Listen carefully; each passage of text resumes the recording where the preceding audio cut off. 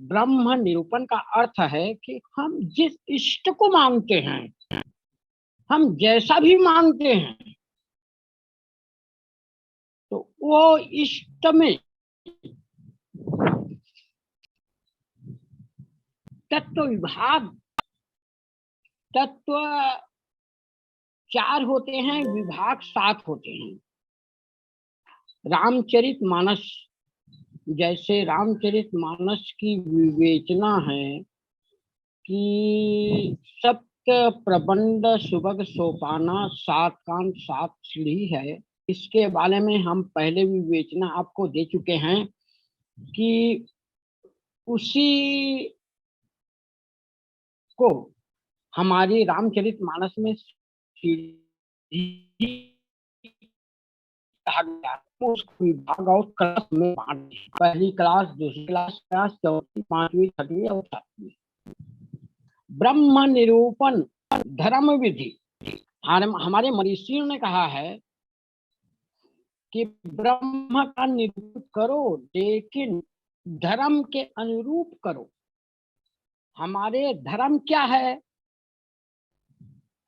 अब धर्म को समझ जाओ कि धर्म की विशेषता ये है कि जो व्यापक ब्रह्म, सबका मालिक एक, सब एक, इस क्षेत्र में यदि होता है तो वो ब्रह्म निरूपण जो हो रहा है वो नित्य होना चाहिए। दूसरा, वो पूर्ण होना चाहिए। तीसरा, वो शुद्ध होना चाहिए। चौथा, वो एक होना चाहिए। पांचवा, ये क्षेत्रज्ञ होना चाहिए। छठवा, ये आधार होना चाहिए। सातवां, वो अकर्ता होना चाहिए। आठवां, दृष्टा होना चाहिए। नौवां, कारण होना चाहिए। और 10वां, व्यापक होना चाहिए। और 11वां, वो निर्लेप होना चाहिए। और 12वां, वो ज्ञान होना चाहिए। इसको कहते हैं धर्म। मैं आपको एक सूत्र और बता देता हूं। नैतिक जो शिक्षा होती है, नैतिक शिक्षा में,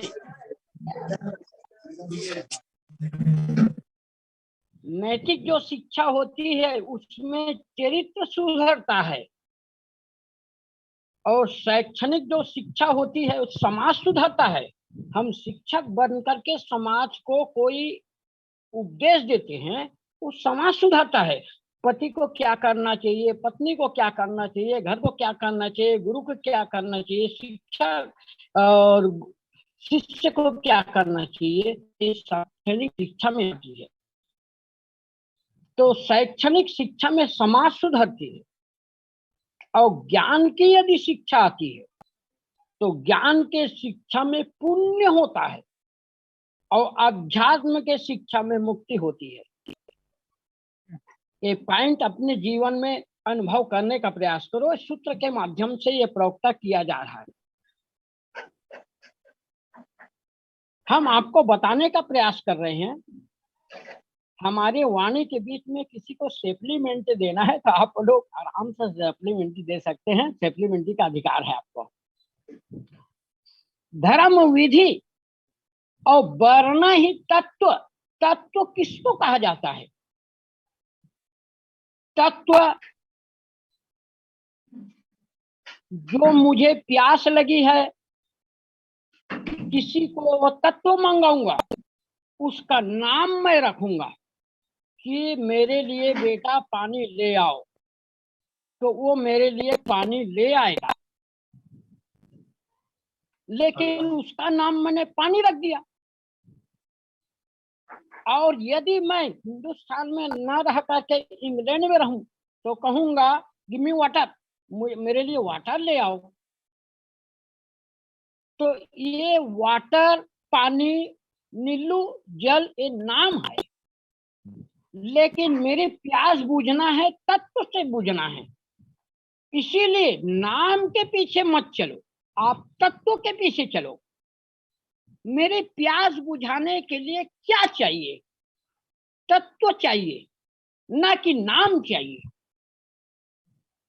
वर्ण तत्व, तत्व का अर्थ आप समझ जाओ, जिस वस्तु की मुझे आवश्यकता होती है उसको तत्व कहते हैं, और उस तत्व को मैं किस नाम से संबोधित करता हूं उसको नाम कहा जाता है। और तत्व का विभाग, तत्व का विभाग माने उसकी क्रमशः पाठशाला होती है। जैसे सप्त प्रबंध सुभग सोपाना, 7 कांड 7 सीढ़ी है, तो इसी सीढ़ी को हम क्रमबद्ध शिक्षा के माध्यम से, शाला के माध्यम से ले जाने का प्रयास करते हैं। जैसे 7वें आसमान में खुदा का वास होता है, मुसलमान कहते हैं, आप भी 7 कहते हो। 7 कदम में मैं के जाबे, 7 कदम ससुराल, 7 कदम में फांसी चढ़बे, 7 कदम है काल। हमारा 7 कदम है। मैं तो प्राथमिक शिक्षा सिखा रहा हूं अभी। जिस ब्रह्म निरूपण की शिक्षा है, वो ब्रह्म निरूपण की शिक्षा में मैं केवल अभी आपको प्राथमिक पहली क्लास सिखाने का प्रयास कर रहा हूँ। 7वीं मंजिल जब आएगी तो रामचरितमानस का 7वीं मंजिल आपको दिखाने का मैं प्रयास जरूर करूंगा। विषय एक है वर्ण तत्व विभाग।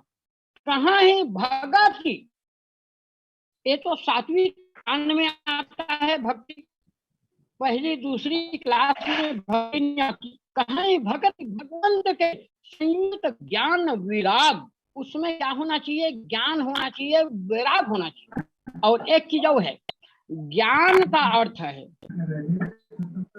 क्रोध की द्वैत बुद्धि बिनु, द्वैत बिनु अज्ञान, अज्ञान में द्वैतवाद का उत्पत्ति होती है। और जब ज्ञान हो जाएगा तो द्वैतवाद खत्म हो जाती है। वहां केवल एक भाव होता है कि द्वैतवाद नहीं है, अद्वैतवाद है। और अद्वैतवाद है तब तो ब्रह्म निरूपण है। और यदि द्वैतवाद है तब तो ब्रह्म निरूपण नहीं है, क्योंकि द्वैतवाद में ब्रह्म की सीमा है, मेरी सीमा है, ब्रह्म की आदि है और ब्रह्म का अंत है। व्यापक ब्रह्म निरंजन निर्गुण विगत विनोद, सो अज भगत प्रेम बस कौशल्या की गोद। रामचरितमानस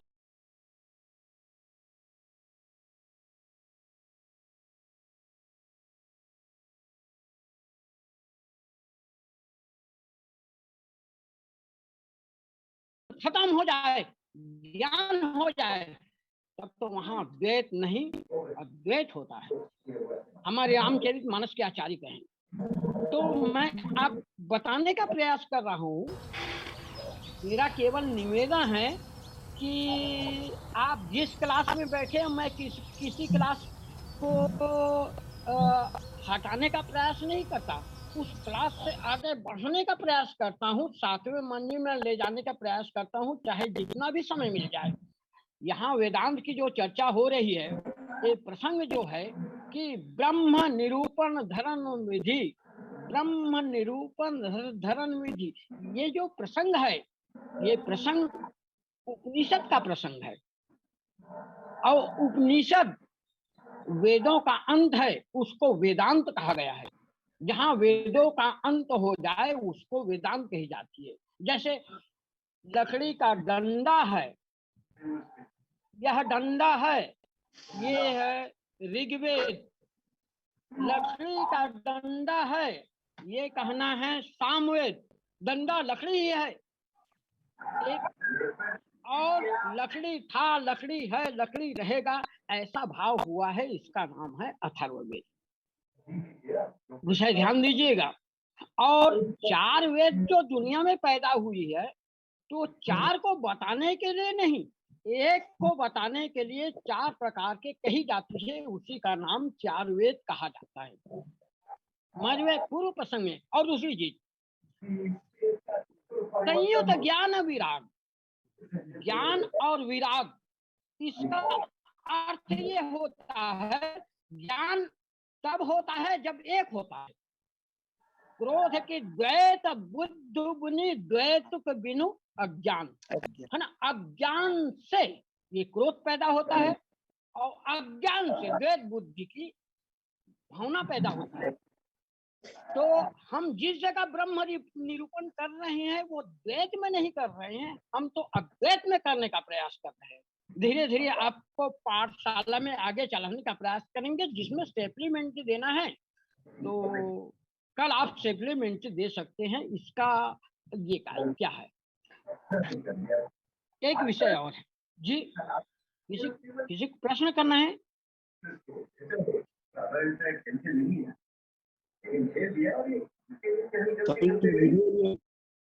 जी, कहीं बाहर से आवाज आ रही है मिलने वालों का, हो सकता है उनकी क्वेश्चन है, कोई क्वेश्चन किया जा सकता है।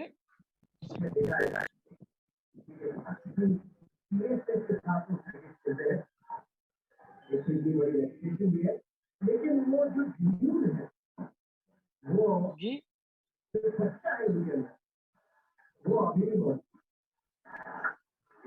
हाँ, सिन्हा जी ऑल म्यूट करो ना का, बाकी मन के माइक चालू है। सिन्हा जी ऑल म्यूट करो। सिन्हा जी आपको क्या आदेश दे रहा है? माइक ऑल म्यूट करो जी। जी आओ अन्य मन के माइक चालू और बंद करने का। सिन्हा जी आपको आदेश दे रहा है अन्य का माइक बंद कर दो। Self conscious fresh of mind. Swami video जी लीजिए सबका जी। हाँ क्या है?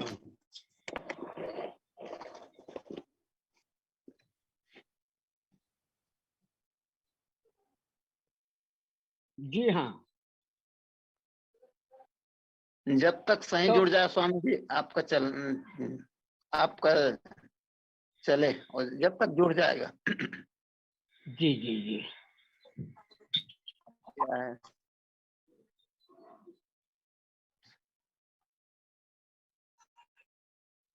समय भी कीमती है ना। जी जी। तो हेलो, हमारी आवाज आप तक पहुंच रही है कि नहीं? जी अपने पास पहुंच रहा है। हाँ हाँ हाँ।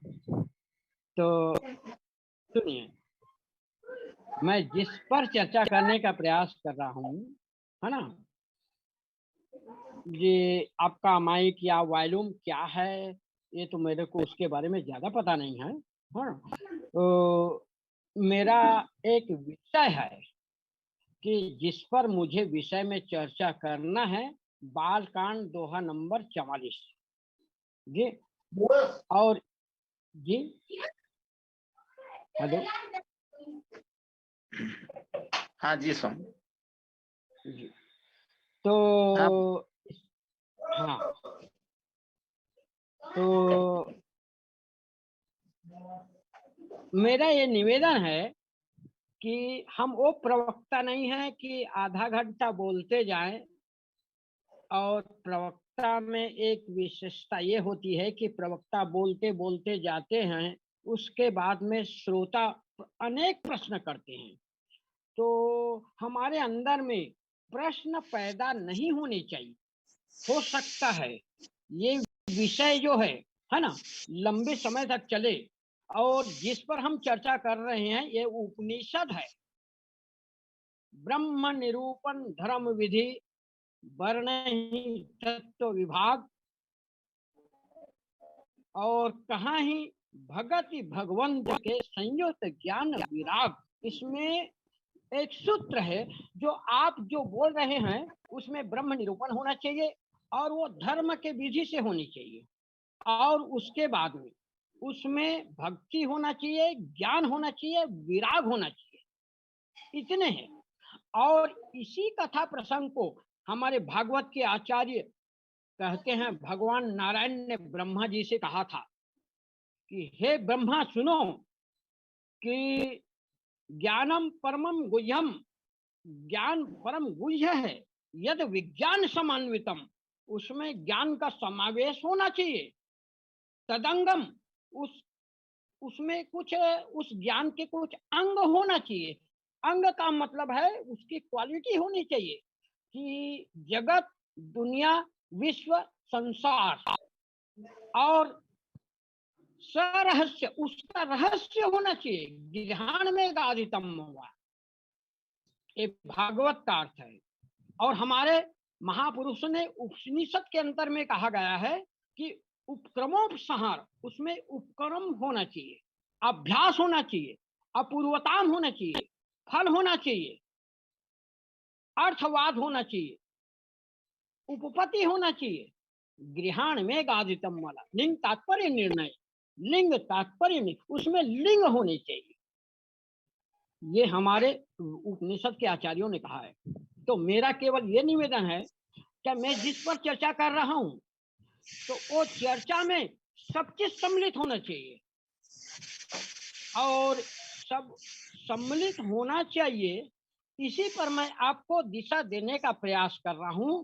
आप लोग अपनी माइक संभाल दें कि पहला मैं आपको बताया हूं कि ब्रह्म निरूपण। ब्रह्म निरूपण का अर्थ क्या होता है आप समझ जाइएगा।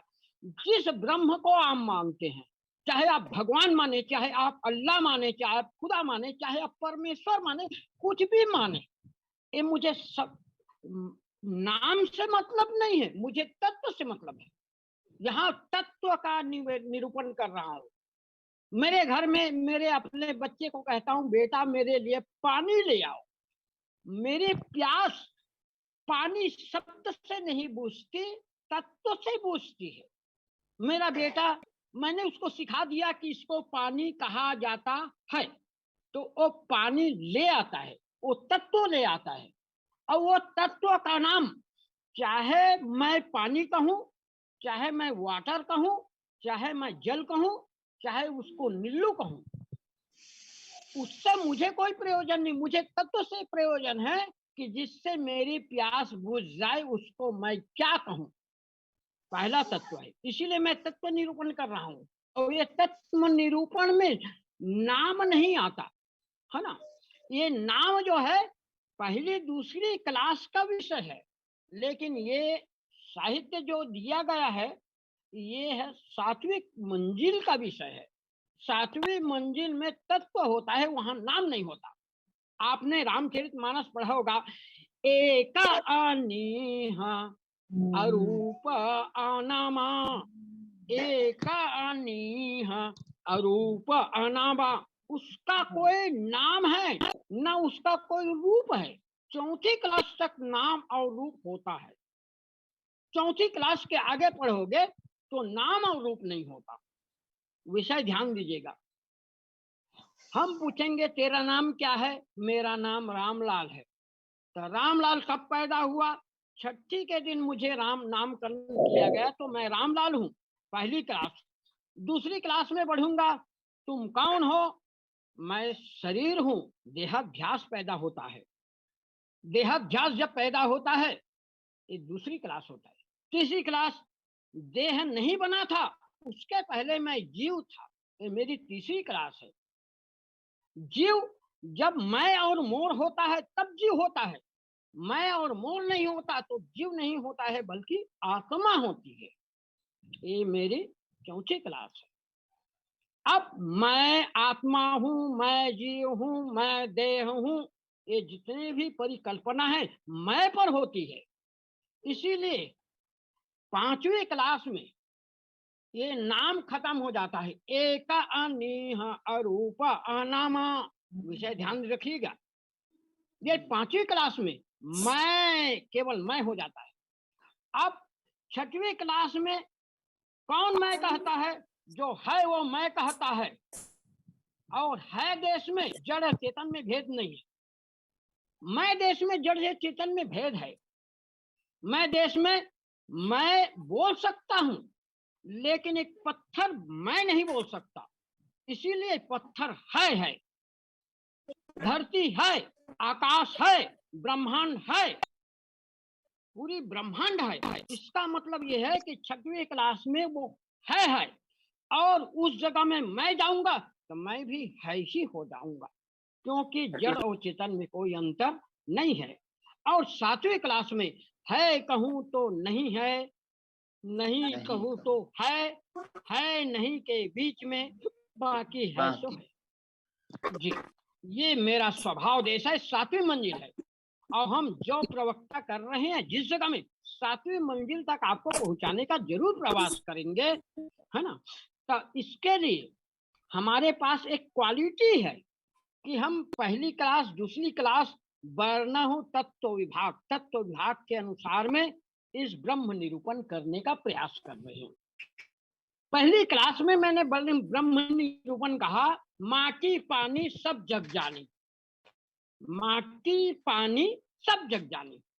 कितने बड़े प्रवक्ता हो, वो माटी कहेगा, पानी कहेगा, सब कुछ कहेगा, लेकिन सिया राम मैं सब जग जानी नहीं कह सकता, क्योंकि उनकी दृष्टि में माटी दिखता है, पानी दिखता है। इसीलिए हमारी मीमांसा दर्शन एक शास्त्र है।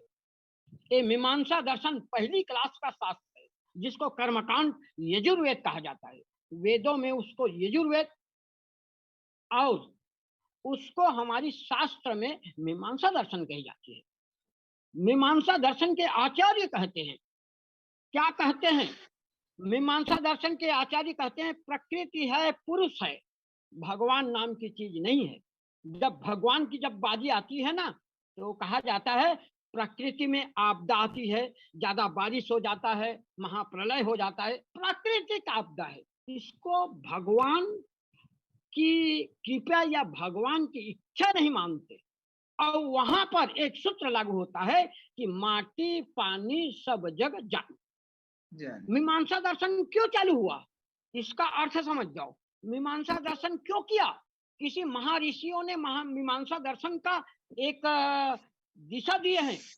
उस जमाने में गुरु और शिष्य में लोभी गुरु लालची चेला, ये बिजनेस हो गया।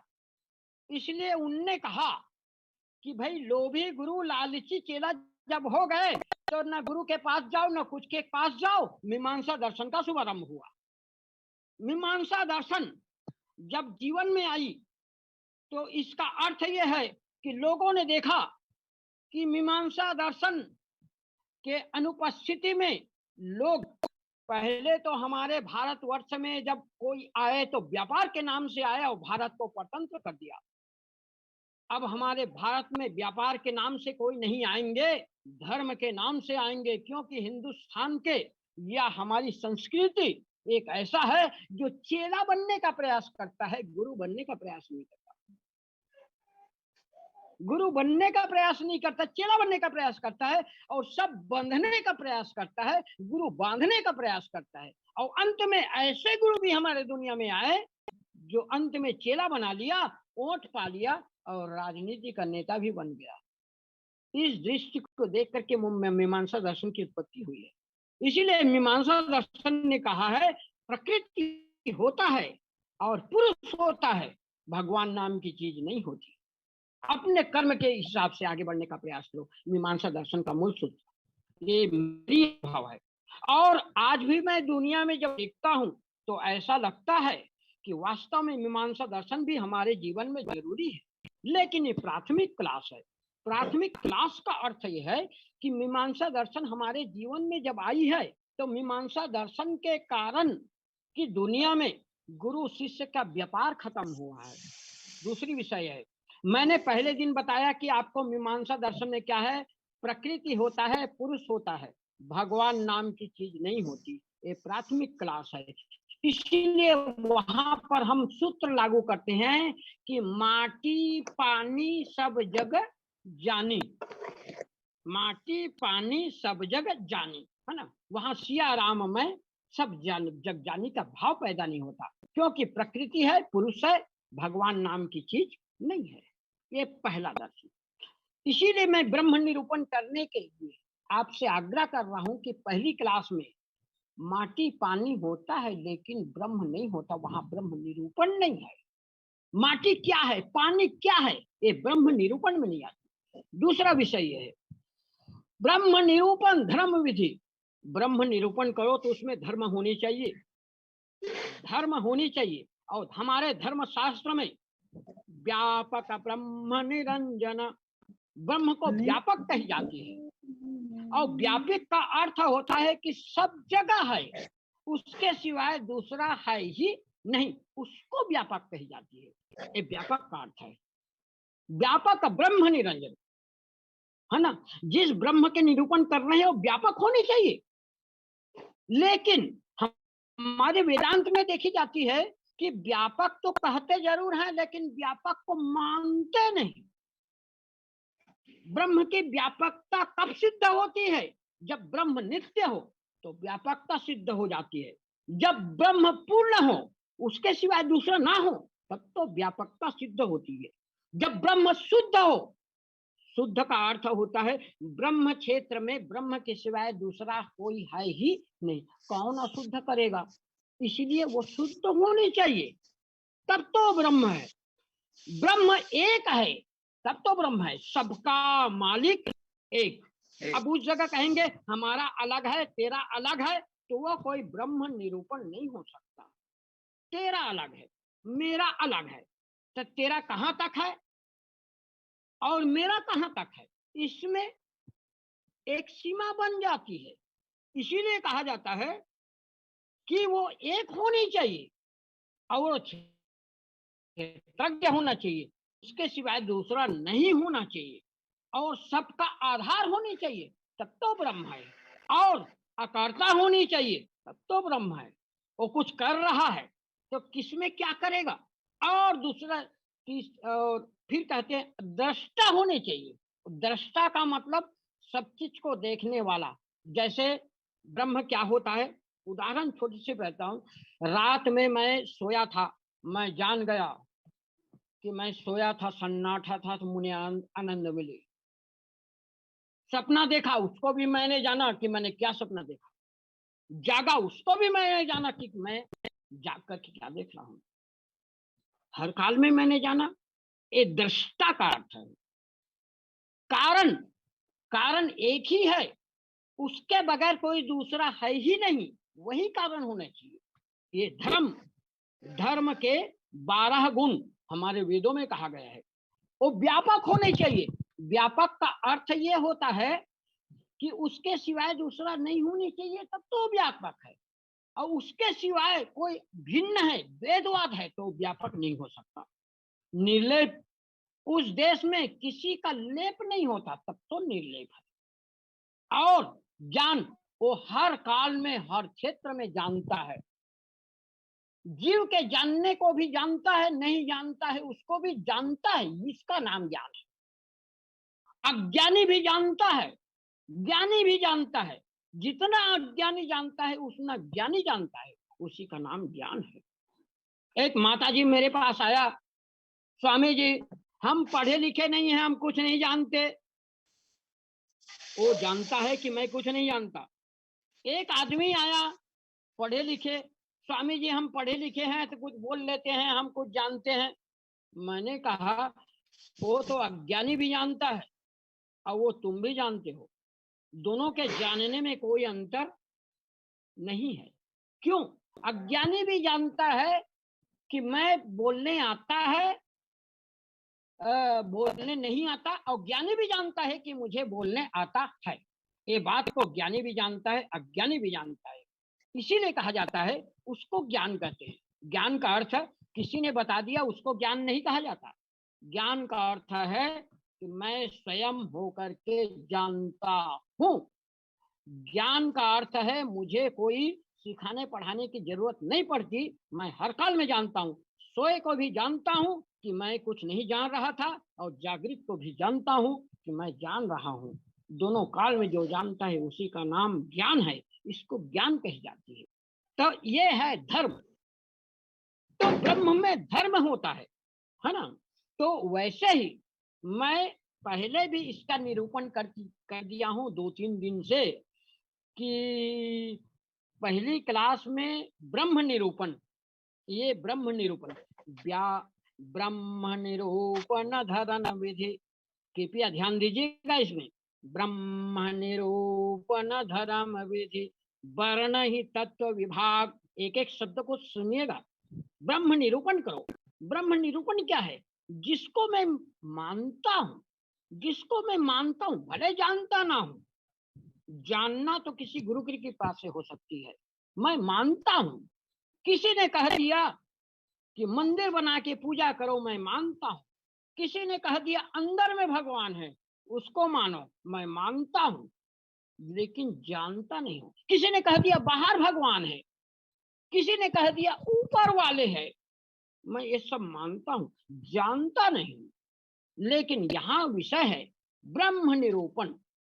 जिस ब्रह्म को हम मानते हैं उसका हम निरूपण कर रहे हैं कि उस ब्रह्म के सिवाय दुनिया में कोई दूसरा नहीं है। उसको कहते हैं ब्रह्म कहा जाता है। और ब्रह्म जो व्यापक व्यापक है, जिसका आदि है न अंत है, उसी का नाम ब्रह्म है। तो मैंने पहली क्लास में बता दिया कि मीमांसा दर्शन, यजुर्वेद, ये क्या कहता है? मीमांसा दर्शन कहता है कि प्रकृति है और पुरुष है, भगवान नाम की कोई चीज नहीं है। उदास होकर के, निराश होकर के ये यजुर और ये मीमांसा दर्शन लिखने वाले ने लिखा है। क्यों लिखा है? इसलिए कि शिष्य बनाना, गुरु बनाना ये बिजनेस है, ये व्यापार हो गया है। गुरु ने कह दिया ऐसा करो, चेला ने कह दिया मैं ऐसा करूंगा, व्यापार हो गया है। इसलिए मीमांसा दर्शन की उत्पत्ति हुई। मीमांसा दर्शन में कहा कि प्रकृति होता है, पुरुष होता है, भगवान नाम की चीज नहीं होती। दुनिया के लोग बवंडर करते हैं। प्राथमिक क्लास की शिक्षा आपको बता रहा हूं, बवंडर करते हैं।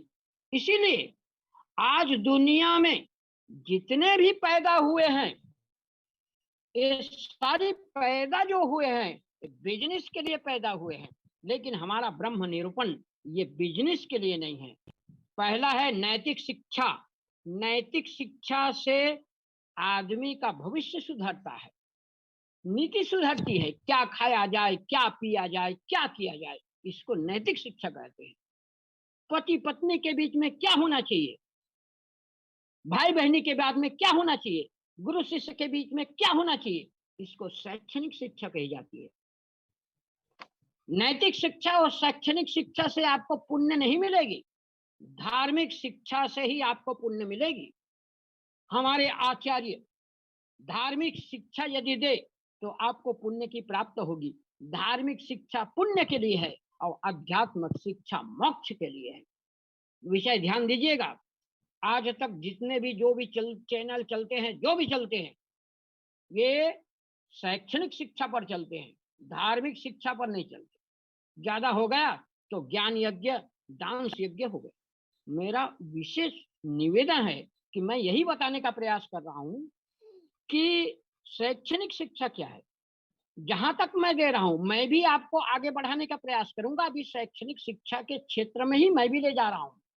लेकिन तत्व विभाग कह रहा है। विभाग क्या है? रामचरितमानस में 7 सीढ़ी है। सत्य प्रबंध सुबह शोभाना, 7 कान, 7 सीढ़ी है। और 7 सीढ़ी मुसलमान कहते हैं 7वें आसमान में खुदा का वास होता है, वो भी तो 7 कहता है। हमारे वेदों में कहा है 7 कदम में मैके जावे, 7 कदम ससुराल, 7 कदम में फांसी चढ़वे, 7 कदम में साल। हम 7